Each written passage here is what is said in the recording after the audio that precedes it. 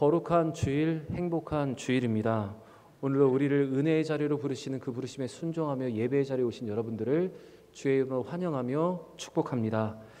드리는 이 예배가 우리에게 최고의 예배, 최선의 예배가 되기를 바랍니다.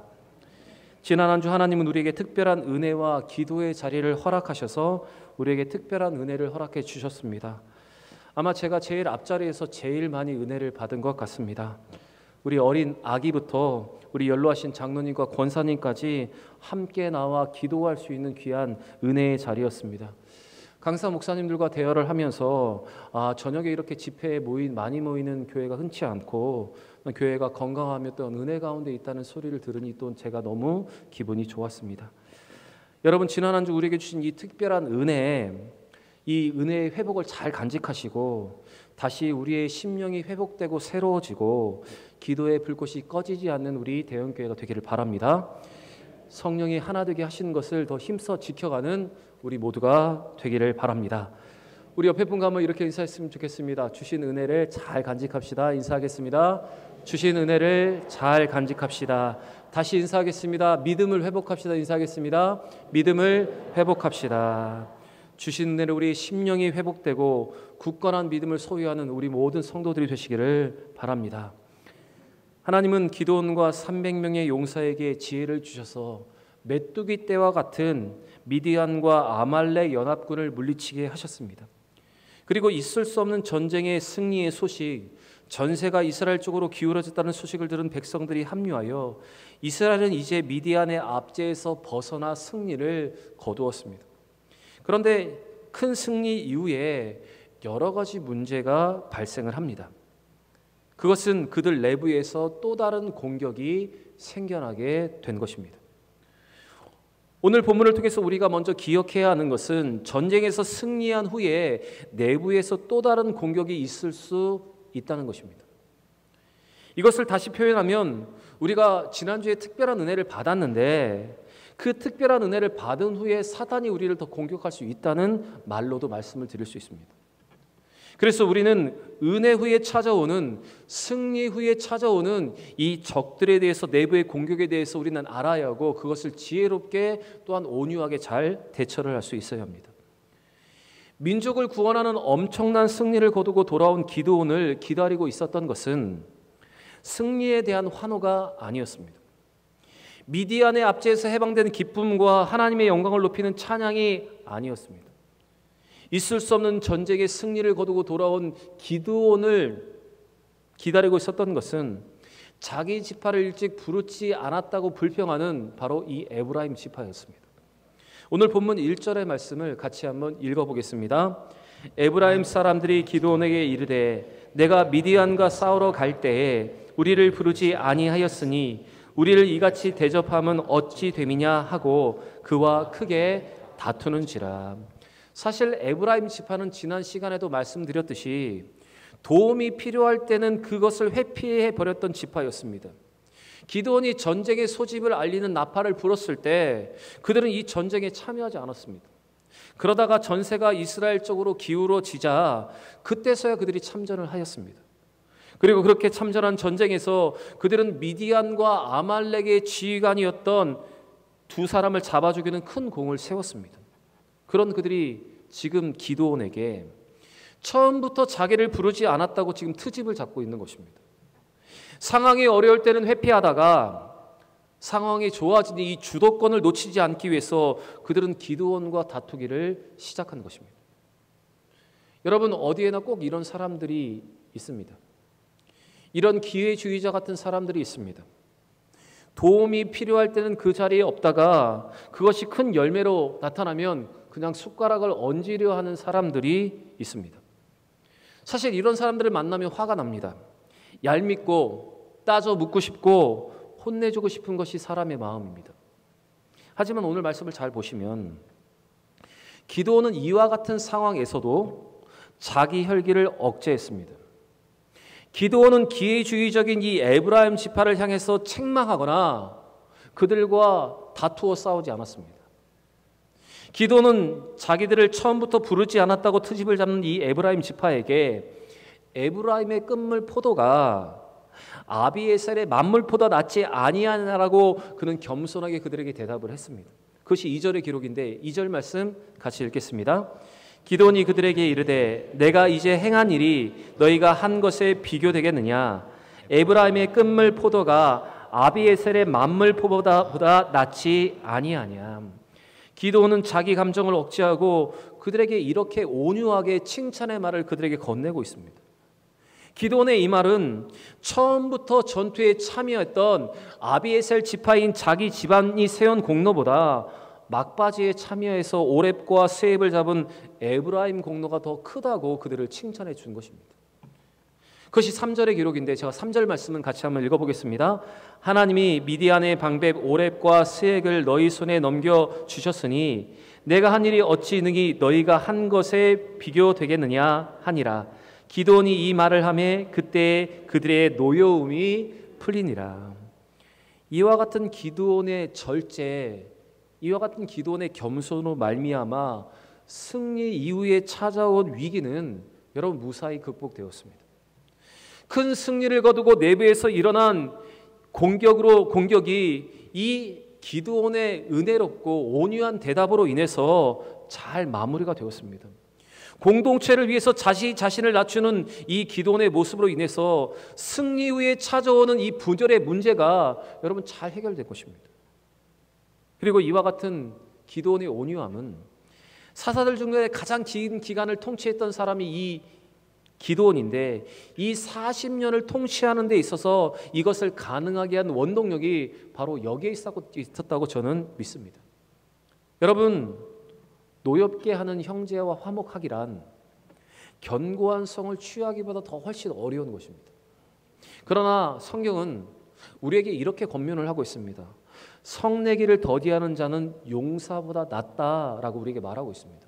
우리 잠언 29장 22절의 말씀을 같이 한번 읽어보겠습니다.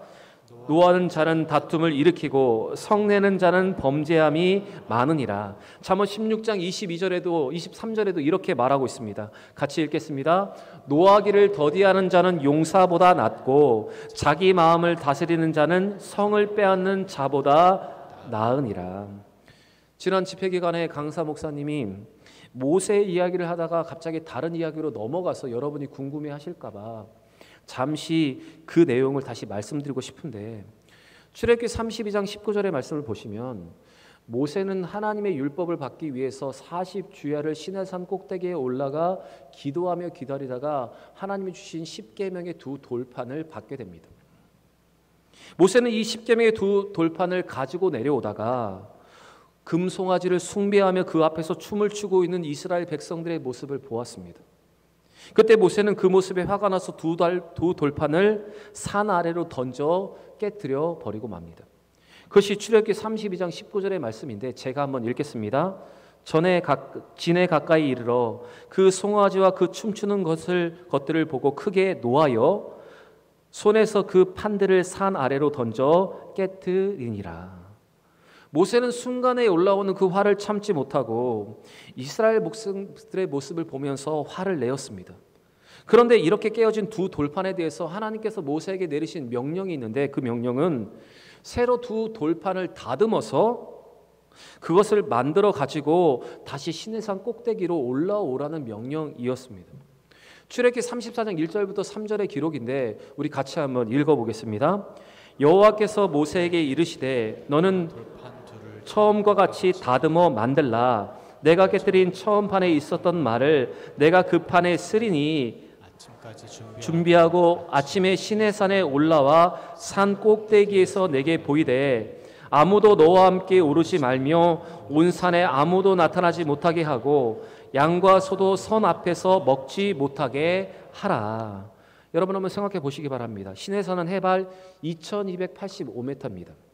모세가 출발하는 곳이 해발 1100m라고 해도 약 1000m 이상의 해발을 올라서 등반을 해야 합니다. 그것도 무거운 두 돌판을 가지고 아무 도움이 없이 스스로 혼자 그것을 가지고 정상에까지 가야 했습니다.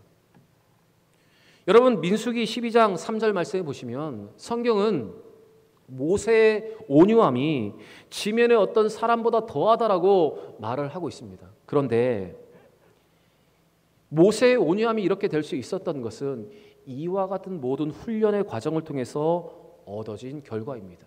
우리 같이 한번 읽어보겠습니다. 이 사람 모세는 온유함이 지면의 모든 사람보다 더하더라.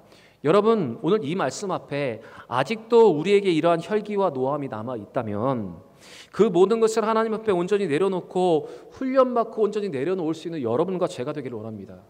그래서 이 모든 훈련의 과정과 연단의 과정을 통해서 하나님이 우리를 이렇게 평가할 수 있는, 온유함이 지면에 승할 수 있는 여러분과 저의 삶이 되기를 원합니다.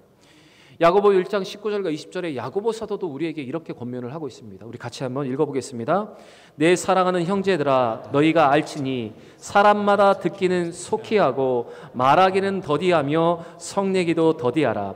사람이 성내는 것이 하나님의 의를 이루지 못함이라. 사람이 성내는 것이 하나님의 의를 이루지 못함이라. 야고보 사도는 우리에게 이렇게 권면하고 있습니다. 사랑하는 여러분, 오늘 기도원과 같이 이 에브라임의 도발과 공격을 온유함으로 또한 지혜로운 말로 여러분 잘 이겨낼 수 있는 여러분과 제가 되길 바랍니다.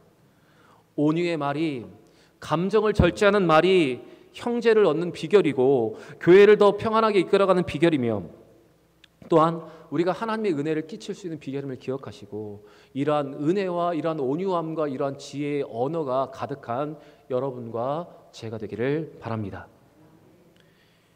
기드온의 300용사는 미디안의 잔당을 진멸하기 위해서 피곤함을 개의치 않고 요단강을 건너갔습니다. 이렇게 피곤하였던 요단 용사들을 위해서 기드온은 그곳에 살고 있었던 갓 지파에 속한 숫곳 사람들에게 자기 군대를 위해 먹을 떡과 물을 제공해 달라고 요청을 합니다. 4절과 5절입니다. 같이 읽겠습니다. 기드온과 그와 함께한 자 300명이 요단강에 이르러 건너고 비록 피곤하나 추격하며 그가 숫곳 사람들에게 이르되 나를 따르는 백성이 피곤하니 청하건대 그들에게 떡덩이를 주라. 나는 미디안의 왕들인 세바와 살문나의 뒤를 추격하고 있노라 하니. 여기서 나오는 숫곳은 바로 야곱과 에서가 화해했던 장소입니다. 야곱은 자기 형 에서를 만나서 화해를 청하고 그곳에서 정착해서 살게 되었던 것, 그것이 바로 숫곳입니다. 그런데 이 숫곳 사람들이 이와 같은 기드온의 요청을 거절하고 있는 것입니다.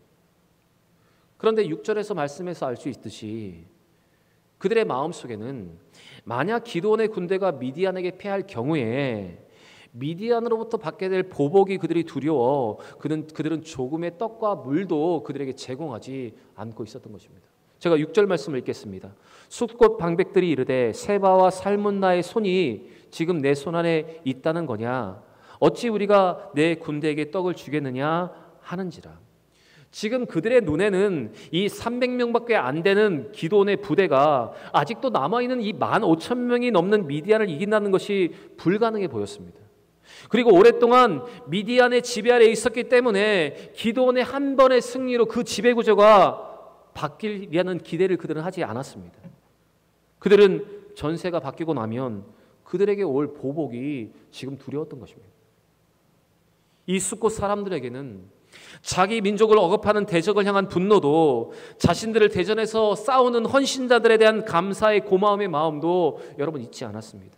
그들은 단지 자신들의 안일만을 염려하는 이기주의적인 마음과 기회주의적인 마음이 그들 가운데 있었던 것입니다. 또 숫곳 사람들과 같이 8절에 나오는 브누엘 사람들도 동일한 기드온의 부탁을 거절하고 있습니다. 우리 8절 말씀 같이 읽겠습니다.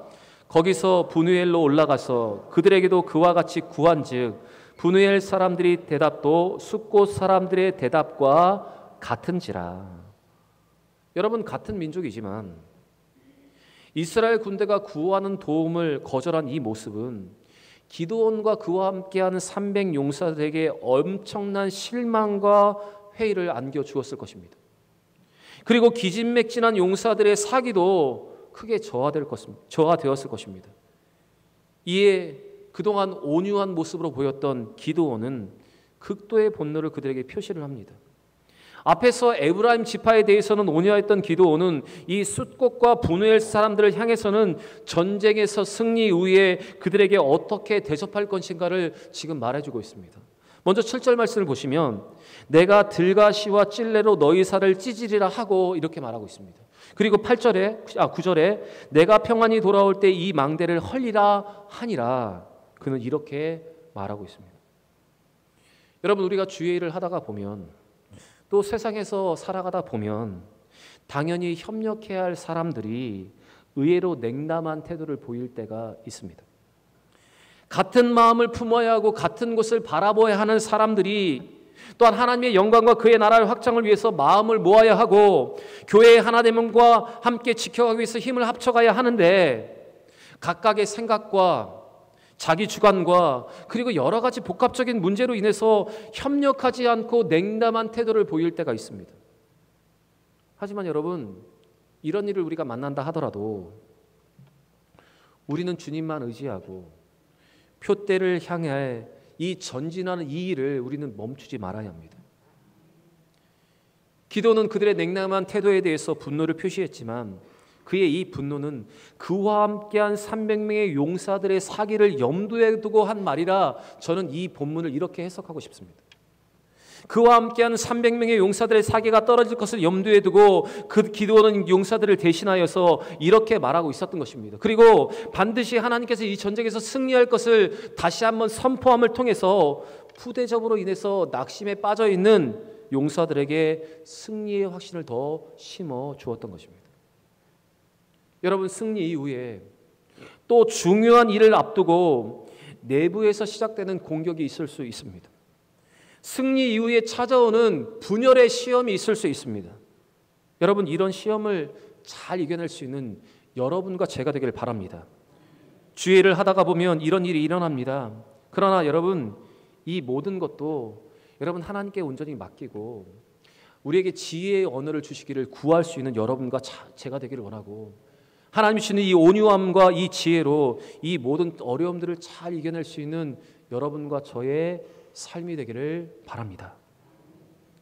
여러분, 에브라임 사람들의 이기적인 공로의식 그리고 숫곳 사람들과 분우엘 사람들의 이기적인 두려움 때문에 이스라엘의 연합과 승리는 큰 위기를 맞이하였습니다. 이기심과 두려움과 차별로 인해서 내부의 분열이 일어나고 있습니다.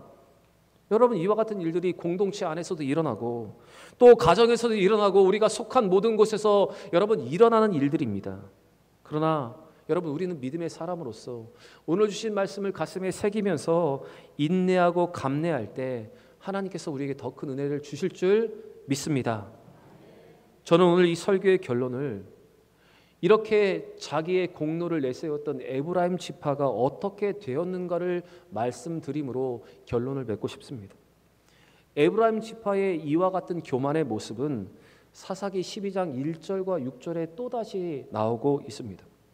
그들은 사사 입다가 전쟁에 참여를 요청했을 때 그들은 그 전쟁에 참여를 거절합니다. 그러나 그들이 전세가 기울어지자 그들은 다시 또 전쟁에 참여를 하게 되고 입다를 향해서 왜 처음부터 자기를 부르지 않았느냐 입다와 다투기를 시작합니다. 그들은 똑같은 교만의 모습을 반복하고 있었던 것입니다. 그들은 기드온에게 하였던 것처럼 입다에게도 동일하게 시비를 걸었습니다. 그러나 기드온의 방식과 입다의 방식은 전혀 달랐습니다. 입다는 그들을 용납하지 않고 그들을 쳐서 도륙을 합니다. 그래서 결국 에브라임 지파 군사 4만 2천 명이 요단강 나루터에서 죽임을 당하고 그들은 가장 연약한 지파로 내려앉게 됩니다. 여러분, 에브라임 지파의 이러한 교만은 화를 자초했던 것입니다. 잠언 16장 19절의 성경은 이렇게 말합니다. 교만하고 거만한 자의 결국은 멸망이라고 여러분 말하고 있습니다. 하나님은 에브라임의 이 나쁜 교만의 습관을 심판하신 것입니다. 여러분, 그래서 우리는 이 말씀 앞에서 성도는 쓸데없는 만영으로 교만하다가 여러분 에브라임과 같은 심판을 초래하지 않아야 하는 것입니다. 사랑하는 여러분, 오늘 이 말씀 앞에 오직 겸손하게 자신의 역할을 잘 감당하고 하나님의 영광을 돌리는 자세가 여러분 우리에게 필요합니다. 오늘 주신 말씀 가운데 아직도 우리의 연약한 모습이 남아있다면 그 모습을 벗고 하나님의 영광을 위해서 합력할 수 있는 협력할 수 있는 우리 모두가 되기를 바랍니다. 그리고 교만함과 이기적인 모습은 결국 하나님의 심판의 대상이 될 수밖에 없음을 기억하시고 온유하게 겸손하게 지혜롭게 말하는 여러분과 저 우리 모든 대형의 성도들이 되시기를 주의 이름으로 간절히 축원합니다.